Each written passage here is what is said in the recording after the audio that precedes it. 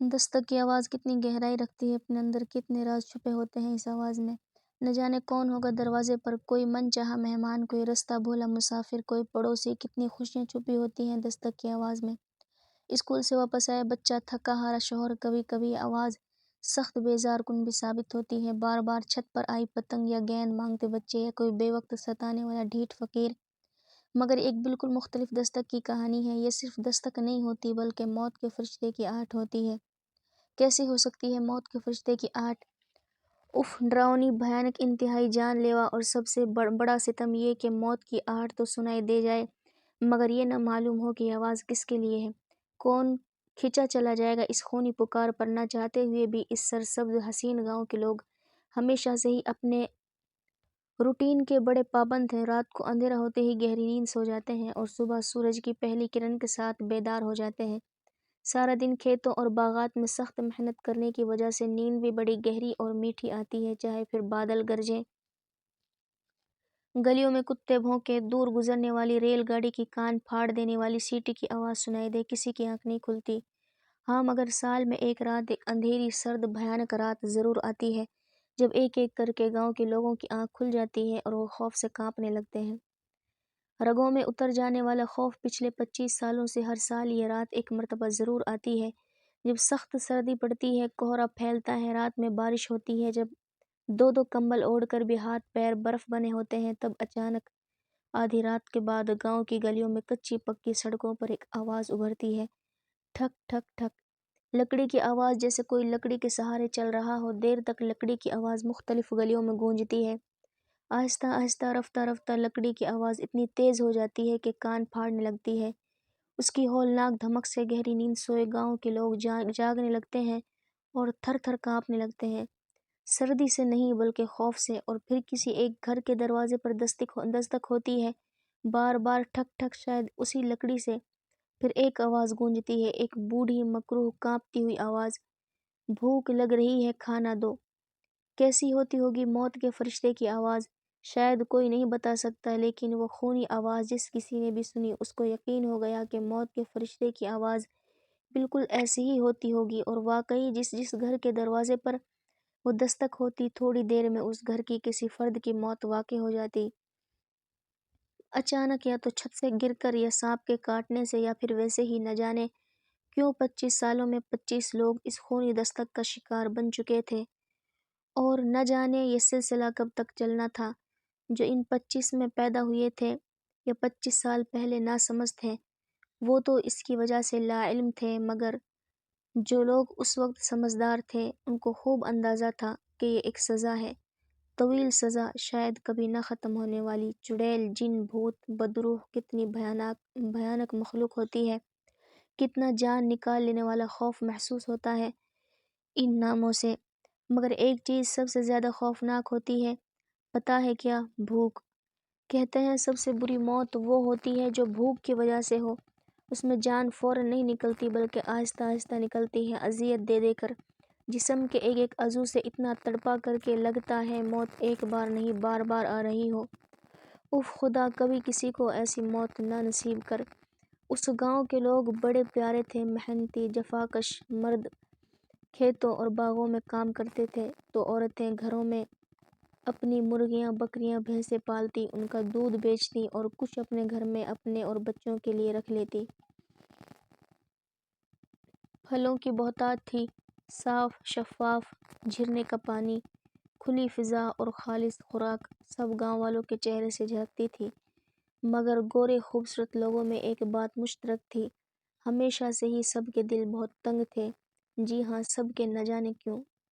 اگر کوئی روٹی کا ٹکڑا، کوئی دودھ کا کپ، کوئی بچا کھچا پھل اگر موجود ہے تو کل کام آ جائے گا۔ ہماری محنت کی روٹی پر صرف ہمارا حق ہے، کوئی بھوکا ہے تو ہوا کرے ہماری بلا سے۔ مشترکہ سوچ۔ گل جانہ بی بی بیچاری کے صرف نام میں ہی گل تھا، باقی تو پوری زندگی کانٹوں سے بھری پڑی تھی۔ جب پیدا ہوئی تو ماں کو اپنی آنکھوں پر یقین نہیں آیا، 3 چاند جیسے خوبصورت بچوں کے بعد یہ اتنی کالی رات جیسی چوتھی بیٹی۔ خیر، خود پر کنٹرول کرتے ہوئے کسی امید کے تحت اس نے بچی کا نام گل جانہ رکھ دیا۔ کہتے ہیں نا کہ نام کا انسان کی زندگی پر گہرا اثر پڑتا ہے۔ شاید گل جانا کی ماں نے بھی یہی سوچا ہوگا، مگر گل جانا نے اس کہاوت کو بالکل غلط ثابت کر دیا، شکل سے بھی اور اپنی قسمت سے بھی۔ چند سال کی ہی تھی جب سہیلیوں کے ساتھ آنکھ مچولی کھیلتے ہوئے پیر میں شیشہ گھس گیا۔ اتنا گہرا زخم لگا کہ سالوں گزر گئے مگر زخم نہ بھرا۔ ایک تو برسہا برس پہلے، پھر گاؤں کی زندگی کیا خاک علاج ہونا تھا۔ چند گھریلو ٹوٹکوں کے بعد گھر والوں نے مایوس ہو کر اس کے حال پر چھوڑ دیا اور گل جانا بیچاری زندگی بھر کے لیے معذور ہو گئی۔ خیر شیشے کا اتنا قصور بھی نہیں تھا، گل جانا کی تقدیر میں ہی یہ زخم رقم تھے۔ کچے رشتے ہوئے بہتے زخم، نہ تو کبھی اس کے دل کے زخم بھر سکے نہ ہی پیر کا، بلکہ وہ اس قدر بگڑ گیا کہ آہستہ آہستہ پوری ٹانگ میں پھیل گیا۔ گل جانا کو چلنے کے لیے لکڑی کا سہارا لینا پڑا۔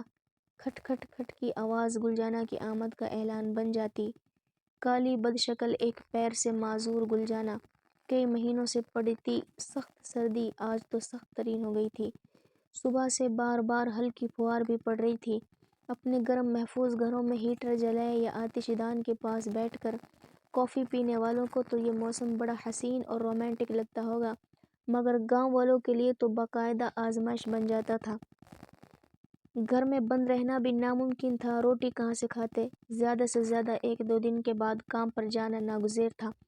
نور خان نے سارا دن سیب کے باغ میں مزدوری کی۔ گھر لوٹتے ہوئے اس کی جیب میں مزدوری کے تھوڑے پیسے اور ہاتھ میں سیبوں سے بھرا تھیلا تھا۔ کام کرتے ہوئے تو سردی کا احساس اتنا نہیں تھا، مگر اب تو راستہ کاٹنا دشوار لگ رہا تھا۔ شام کا اندھیرا گہرا ہو رہا تھا، ہر طرف سردی کا مخصوص سناٹا پھیلا ہوا تھا۔ اس قدر دھند تھی کہ چند قدموں کے پار دیکھنا بھی مشکل ہو رہا تھا۔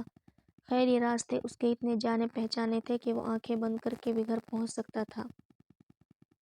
ارے اس کو سخت حیرت ہوئی، تم کون ہو؟ راستے میں سڑک کے بیچوں بیچ کوئی گھٹنوں میں سر دیے بیٹھا تھا، کوئی بچہ۔ بچے نے آہستہ آہستہ سر اٹھایا، پھول جیسا چہرہ، سیب کی طرح لال گال اور ویران آنکھیں۔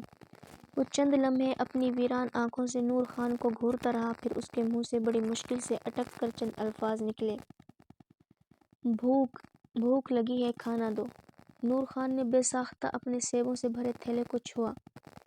نہیں نہیں، دوسرے ہی لمحے اس نے ارادہ بدل لیا۔ اگر کل کام پر نہ جا سکا تو بچے پھل ہی کھا لیں گے۔ اس نے جلدی سے تھیلا پیچھے کر لیا۔ کہیں اور سے مانگو۔ بچے کو مفت مشورہ دیتے ہوئے وہ اپنے راستے پر چل دیا۔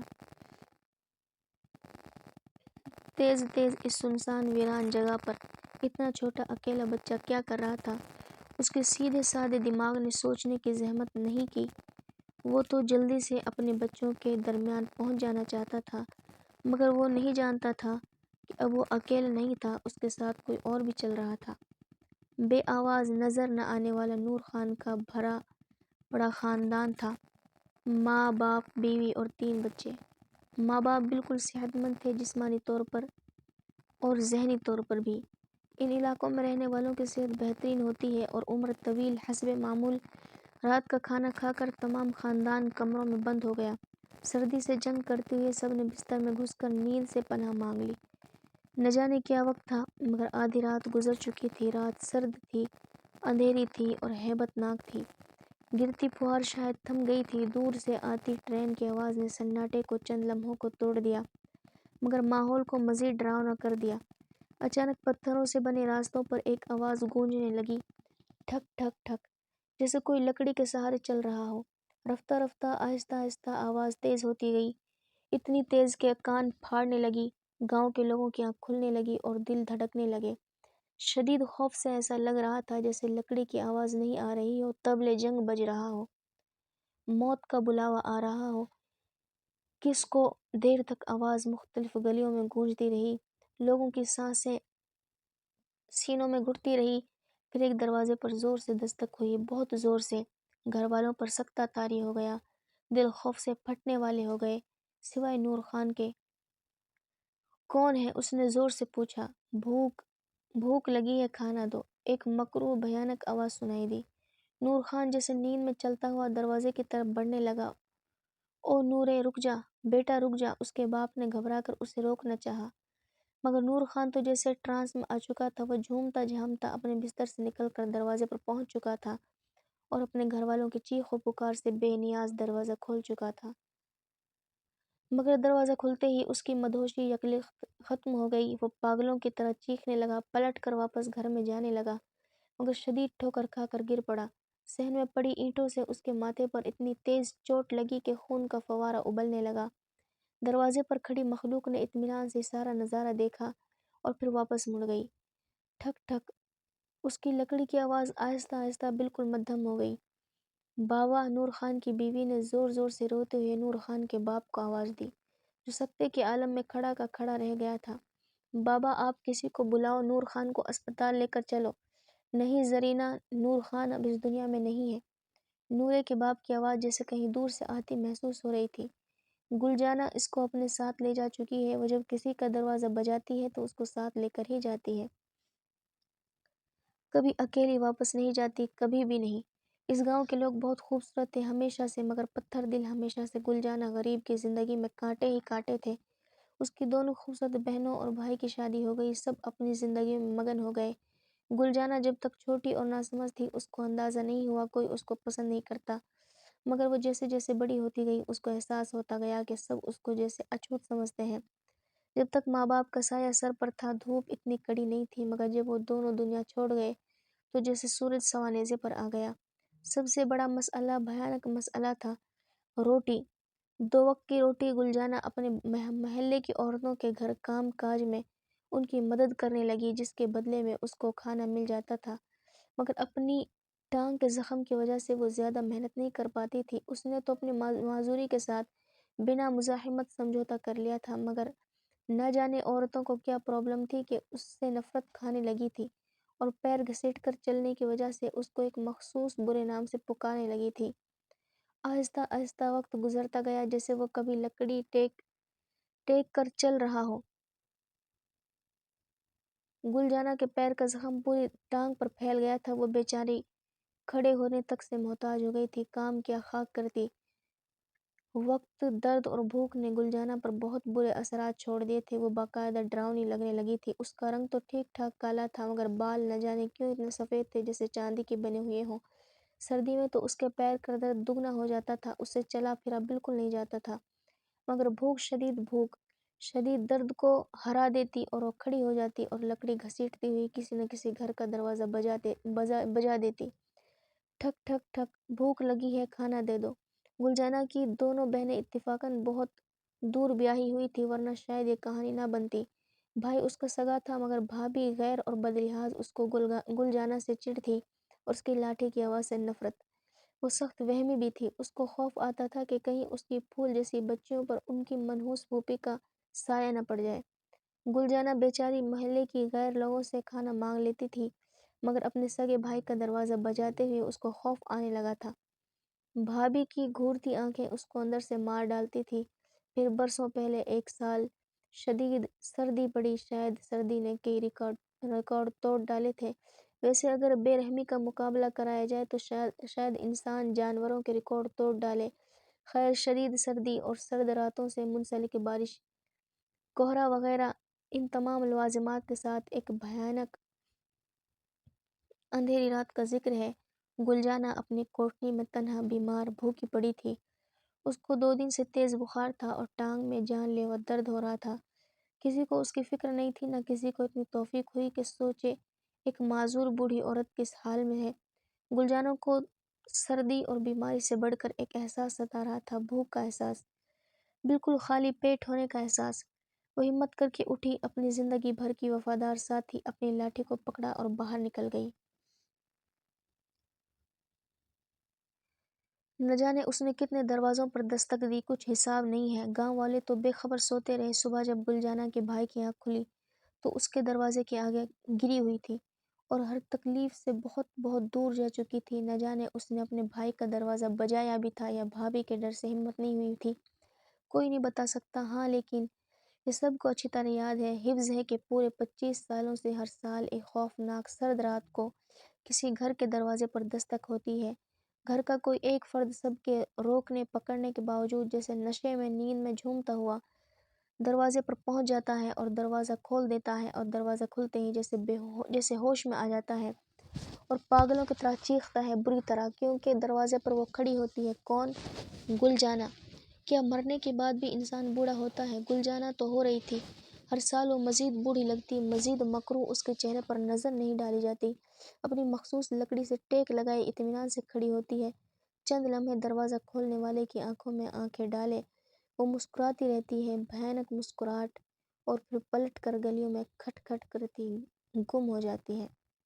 ایسا لگتا ہے دروازہ کھول دینے والا بھی شاید تھوڑی ہی دیر میں اس کے پیچھے چلا جاتا ہوگا، جیسے چوہے کے پیچھے چلے جاتے ہیں۔